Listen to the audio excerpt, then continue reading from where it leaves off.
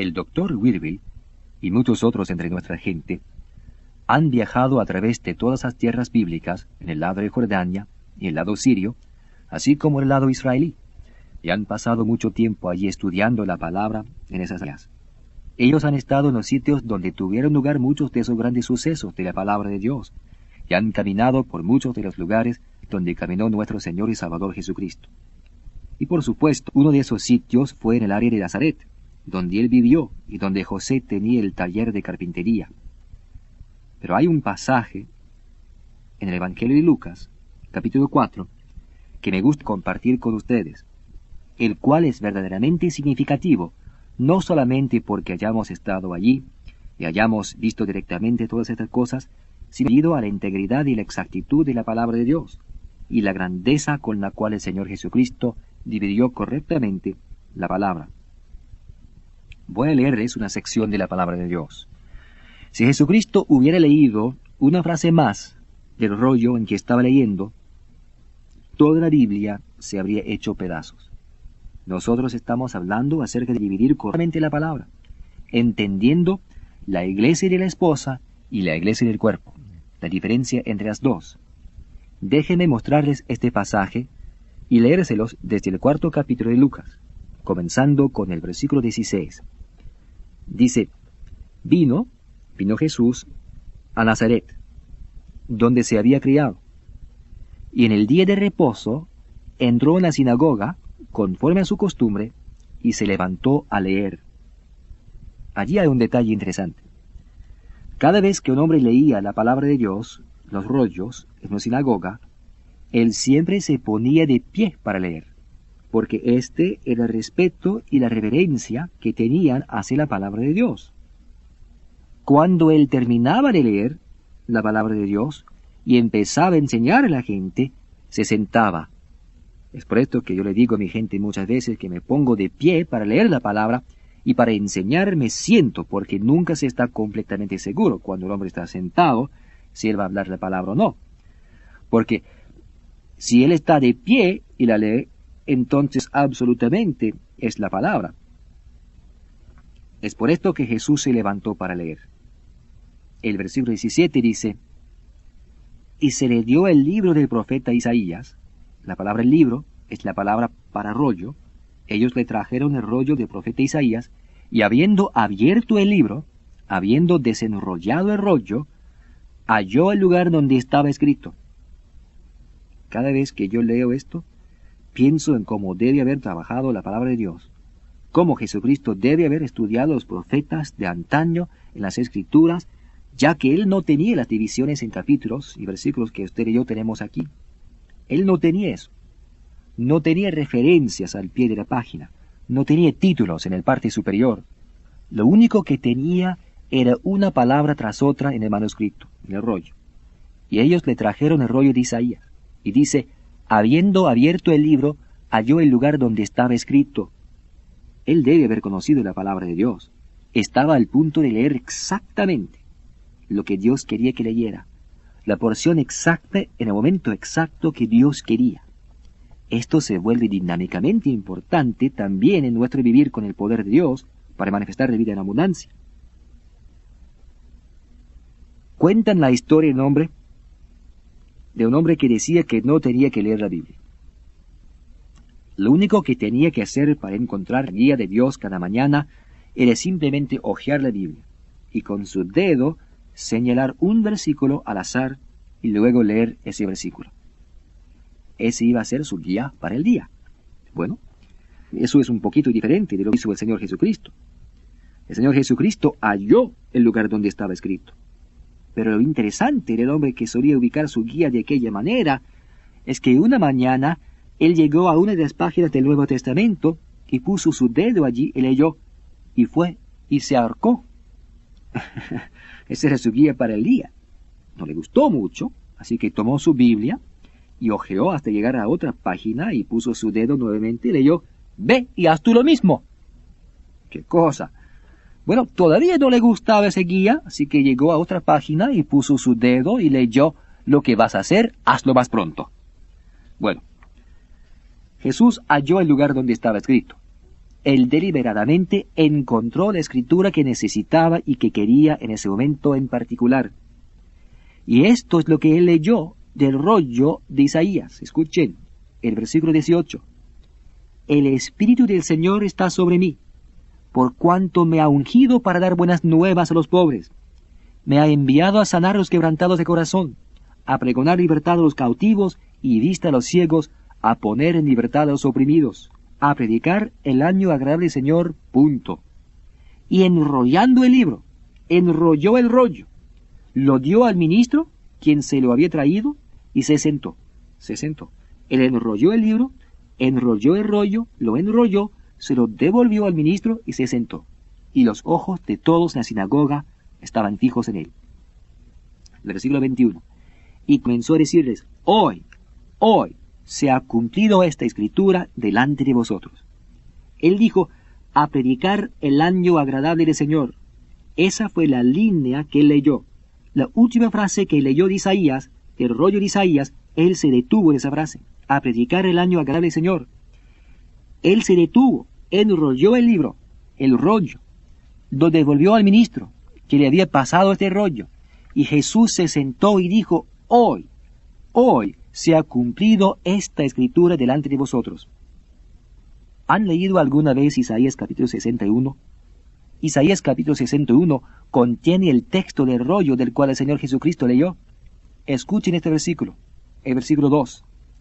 A proclamar el año de la buena voluntad de Jehová, y el día de venganza del Dios nuestro. ¿No es magnífico eso? En el rollo de Isaías, del cual Jesús estaba leyendo, decía, a proclamar el año de la buena voluntad, el año agradable de Jehová, y el día de venganza del Dios nuestro. Ahí están juntos. El año de la buena voluntad de Jehová y el día de venganza del Dios nuestro. Pero Jesucristo no leyó nunca esas palabras. ¿Saben ustedes lo que él dijo? Él leyó a predicar el año agradable del Señor. Él se detuvo, enrolló el libro, nunca leyó y el día de venganza de Dios nuestro. ¿Por qué? ¿Por qué? Porque no siguió leyendo. Porque se detuvo justo en medio de una frase. Porque si hubiera seguido leyendo, toda la Biblia se haría pedazos. Toda la vida del Señor Jesucristo se habría hecho pedazos. Él no siguió porque lo que él dijo era absolutamente correcto cuando terminó con a predicar el año agradable del Señor. A predicar el año agradable del Señor. Puso un punto allí y dijo, hoy se ha cumplido esta escritura delante de vosotros. Pero si él hubiera leído las palabras, y el día de venganza del Dios nuestro, y hubiera dicho, hoy se ha cumplido esta escritura delante de vosotros, nada hubiera encajado. ¿Pero por qué leyó hasta este punto? ¿Por qué lo hizo? Porque estaba viviendo en el período de los evangelios y dijo, a predicar el año agradable del Señor. Hoy se ha cumplido delante de vosotros. El día de la venganza del Dios nuestro aún no ha llegado. Ese pequeño punto en la Reina Valera, aquí en el versículo 19 del 4º capítulo de Lucas, ese pequeño punto allí, que es una coma, en Isaías 61, 2, ese pequeño punto y esa pequeña coma representan todos los años desde el día de Pentecostés hasta este momento, cuando el Señor Jesucristo todavía no ha regresado.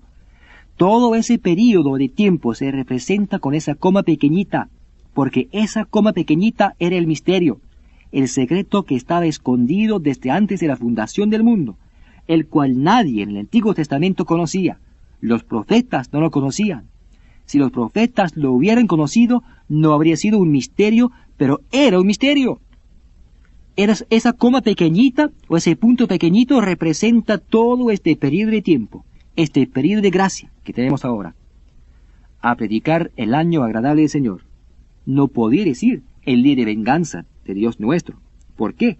Porque todavía no ha llegado. Si leen el libro de Apocalipsis, leerán acerca del día de venganza de Dios nuestro. Cuando Cristo venga como Rey de Reyes y Señor de Señores, cuando Él venga a poner las cosas en orden, cuando venga con todo ese poder de Dios, ese es el día de venganza de Dios nuestro. Es por esto que Él dividió esa palabra de Dios en Isaías tan exactamente. Es casi increíble, pero lo creo, porque luce allí como un diamante en la grandeza de la maravillosa e incomparable palabra de Dios. Este día en que usted y yo vivimos no es el día del Señor. Este es el día del juicio del hombre. Esta es la era de gracia. Si esto no fuera gracia, ¿no cree usted que por un minuto un hombre podría caminar por las calles y maldecir a Dios y decir, tú Dios eres un esto, el otro, y tú Jesús eres un qué sé yo qué? Como se oye en las tiendas y en las fábricas o afuera en las calles cuando los hombres maldicen a Dios, usan su nombre en vano, viven como el diablo. Esta es la edad de gracia, el período de la iglesia de gracia. Hoy en día usted puede maldecir a Dios, escupir en su cara, y nada le va a suceder. ¿Por qué? Porque es una era de gracia. Pero quiero decirles una cosa, viene un tiempo, viene un día cuando Él retornará, y cuando Jesucristo venga como Rey de Reyes y Señor de Señores, nadie le va a escupir la cara, nadie le va a clavar en la cruz, nadie lo va a llamar un maldito fulano de tal. Nadie, porque ese es el día de venganza del Dios nuestro, cuando Él venga como Rey de Reyes y Señor de Señores. ¡Qué grandioso día! ¿Me quiere hablar de dividir correctamente la palabra? ¿Qué le parece eso? ¿Quiere hablar de dividir la palabra con agudeza? Yo llamo eso algo realmente extraordinario. Y aún así, una persona media dice, ¿qué importa si son 2 o 4 los que murieron con Jesús? Si Él fue crucificado el miércoles o el sábado en la mañana antes del domingo, ¿qué importa? Debe haberle importado mucho a Jesucristo. Él simplemente llegó al lugar donde dice a predicar el año agradable del Señor, y Él se detuvo. ¿Usted quiere hablar de dividir correctamente la palabra?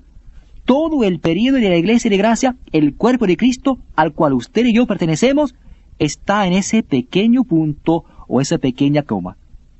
Quiero mostrarles algo en 1 Corintios, capítulo 4. 1 Corintios, capítulo 4, versículo 3. Yo en muy poco tengo de ser juzgado por vosotros, o por tribunal humano. Las palabras tribunal humano son las palabras día del hombre. Tengo muy poco el ser juzgado por vosotros en el día del hombre. ¿Quién juzga hoy en día? Es el día del hombre. El hombre es el que juzga. En su comunidad, en nuestra sociedad, ¿quién juzga? El hombre lo hace. El hombre juzga todo hoy en día. Porque esto aparece en Corintios, en las epístolas eclesiásticas dirigidas a nosotros. Y hoy en día, porque es la era de gracia, el período de la iglesia del cuerpo, en este día y era es el hombre el que juzga. El hombre juzga. Pero hay un día que viene cuando el hombre no juzgará. Compare esto con el libro de Apocalipsis, capítulo 1, versículo 10. Yo estaba en el Espíritu en el día del Señor. Bueno, ¿qué es el día del Señor? ¿Sabes de lo que me enseñaron cómo era el día del Señor? El domingo. Pero otro grupo de gente enseña que el día del Señor es el sábado, el día de reposo. Un tercer grupo enseña que el domingo es el día de reposo. Esto me confundió tanto. No sabía si iba o venía, si multiplicaba o dividía, si sustraía o sumaba. ¿Sabes de lo que es el día del Señor? No tiene nada que ver con el día de la semana. Él estaba en el Espíritu en el día del Señor. Hoy es el día del hombre. Hoy día el hombre juzga. Pero viene un día cuando el Señor va a juzgar. Ese es el día del Señor. El día del Señor, el día en que Él juzgará. Ese es el libro de Apocalipsis. El día de venganza del Dios nuestro. Esto es el día del Señor. Es el día del Señor. Él estaba en el Espíritu por revelación. Él vio el día del Señor, un día en que Él va a juzgar. Hoy día el hombre lo hace, pero el día del Señor Él lo hará. El Señor lo hará. No tiene nada que ver con el día de la semana, lunes, martes, miércoles o cualquier otro día. Tiene que ver con el juicio.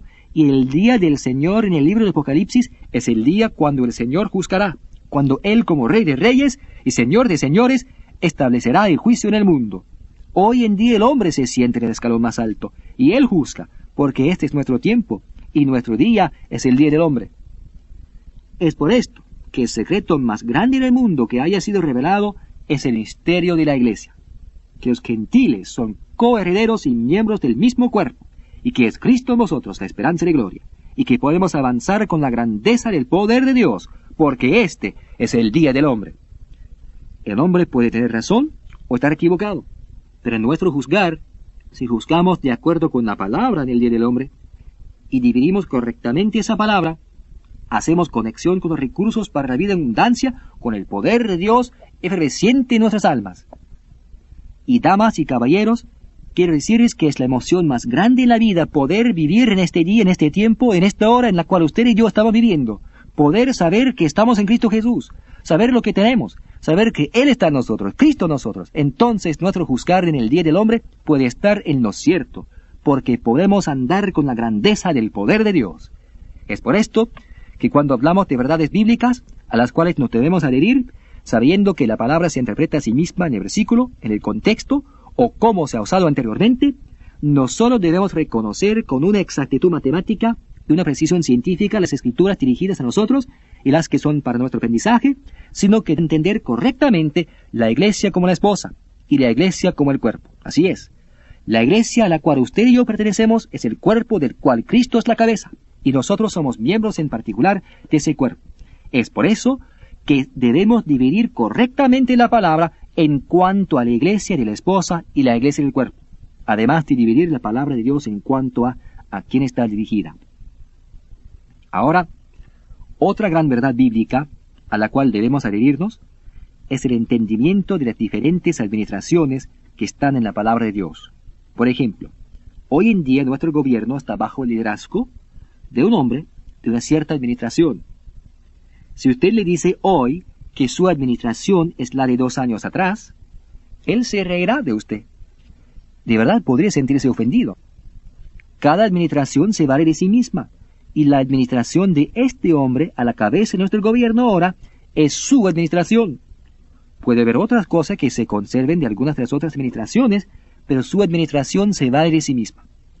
Y porque no nos hemos adherido a la forma en que la palabra de Dios establece las diferentes administraciones, dejando cada una en su propia categoría donde Dios la puso, hemos introducido muchos errores en nuestra manera de pensar y en nuestros patrones de vida. Esta palabra administración es muy interesante. Quiero que ustedes tomen sus Biblias y quiero que miren en Lucas, capítulo 16, Lucas 16, porque la palabra administración se traduce de diversas formas en la versión Reina Valera. Utilizan la palabra dispensación, utilizan la palabra comisión, utilizan la palabra mayordomía, utilizan estas diferentes palabras porque no han visto la importancia de traducirla exacta y minuciosamente. Y a mí me interesa la traducción minuciosa de esas palabras, de tal modo que nosotros podamos establecer las administraciones de Dios como Él las ha establecido en su palabra sin ninguna interpretación privada. En Lucas 16, versículo 2, tenemos este pasaje, hablando acerca del mayordomo. Le llamó, y le dijo, ¿qué es esto que oigo acerca de ti? Da cuenta de tu mayordomía, porque ya no podrás más ser mayordomo. Entonces el mayordomo dijo para sí, ¿qué haré? Porque mi amo me quita la mayordomía. Cavar no puedo. Mendigar me da vergüenza. Ya sé lo que haré para que cuando se me quite de la mayordomía, me reciban en sus casas. Estas tres palabras en los versículos 2, 3 y 4, la palabra domía, en estos 3 versículos, esa palabra oikonomía, viene de la palabra oikos, que significa casa, y nomía, que significa administración. Un mayordomo es el administrador de una casa. Este es el significado literal de la palabra oikonomía, y la palabra mayordomía en estos 3 versículos es esta palabra oikonomía. En cada uno de estos 3 versículos significa la administración de la casa. Yo puedo entender mayordomía y cómo fue que sacaron esa traducción, porque él era un mayordomo. Un mayordomo era generalmente alguien de la misma familia o de la misma línea sanguínea, tal vez un tío o algo así, y él era muy digno de confianza, así que le daban la administración de toda la casa. Había solo una persona por encima de él, y ese era el jefe de la casa, el padre. Cualquier otro estaba debajo de él. Este mayordomo tenía el derecho absoluto, como el administrador, de administrar todos los asuntos de la casa. Él podía comprar y vender, podía hacer todo lo que quisiera, porque él tenía el anillo de sello, como sucedió con José, quien recibió el de Faraón el anillo de sello. Él tenía el derecho de poner el sello en todos los documentos. Él tenía lo que hoy se llamaría el poder legal de representación. Es esto lo que significa la palabra mayordomía, u oikonomía. Significa la administración de un mayordomo, la administración de uno que administra una casa. Este es el primer uso. Ahora observen cómo se desarrolla esto. En 1 Corintios, Juan, Hechos, Romanos, 1 Corintios, capítulo 9, en el versículo 17 tenemos este relato. Escuchen. Por lo cual, si lo hago de buena voluntad, recompensa tendré. Pero si de mala voluntad, la comisión. La palabra comisión es la palabra oikonomía, una comisión, me ha sido encomendada. Pablo dice que le fue encomendada una administración, oikonomía. La traduce en comisión. No me gusta para nada la palabra comisión, es completamente errónea. Es la administración de una era completa, como en nuestros círculos de gobierno donde se dice que esta es su administración. El periodo anterior era la administración de algún otro. La palabra de Dios tiene administraciones y es tal como esto. Ahora escuchen Efesios, capítulo 1, Efesios 1, versículo 10. De reunir todas las cosas en Cristo, en la dispensación, aquí otra vez es la palabra oikonomía, en la administración, del cumplimiento de los tiempos. Eso es futuro, todavía no ha venido, pero hay una administración del cumplimiento de los tiempos aún futura. Así las que están en los cielos como las que están en la tierra. Les estoy dando cada lugar en la Biblia donde la palabra oikonomía se usa. En el capítulo 3 de Efesios, versículo 2, si es que habéis oído de la administración oikonomía de la gracia de Dios que me fue dada para con vosotros, dice Pablo. Miren el versículo 9 del mismo capítulo. Y de aclarar a todos cuál sea la dispensación, la palabra dispensación es la palabra oikonomía, y de aclarar a todos cuál sea la administración del misterio escondido desde los siglos en Dios, que creó todas las cosas. En Colosenses capítulo 1 está el último uso en la palabra de Dios. Colosenses capítulo 1, versículo 25, escuchen. De la cual fui hecho ministro, según la administración, oikonomía de Dios, que me fue dada para con vosotros, para que anuncie cumplidamente la palabra de Dios. Estas son diferentes administraciones. La administración del cumplimiento de los tiempos, la administración de la gracia de Dios, todas esas palabras. Y les he dado cada lugar en la palabra de Dios donde se usa esta palabra oikonomía. Siempre es la misma, oikonomía. Y viene de la palabra oikos, que significa casa, y nomía, administración de una casa, o la administración de los asuntos de toda una familia. Hoy en día, esta es la familia de Dios. Dios es nuestro Padre, somos sus hijos. Jesucristo es la cabeza del cuerpo, pertenecemos a la misma familia. Ahora, esta es la administración de la casa de Dios. Esta es la administración de la familia de Dios. Hay una administración que viene en el cumplimiento de los tiempos, del cual leímos hace poco. Hay diferentes administraciones de la Biblia. Y es a esas administraciones diferentes que quiero llamar su atención y dejar que vean esto, para que cuando lean la palabra de Dios puedan reconocer estas diferentes administraciones y ver la gran exactitud de la palabra de Dios en esas administraciones, para que puedan dividir correctamente la palabra en cuanto a las administraciones que están establecidas en la palabra de Dios.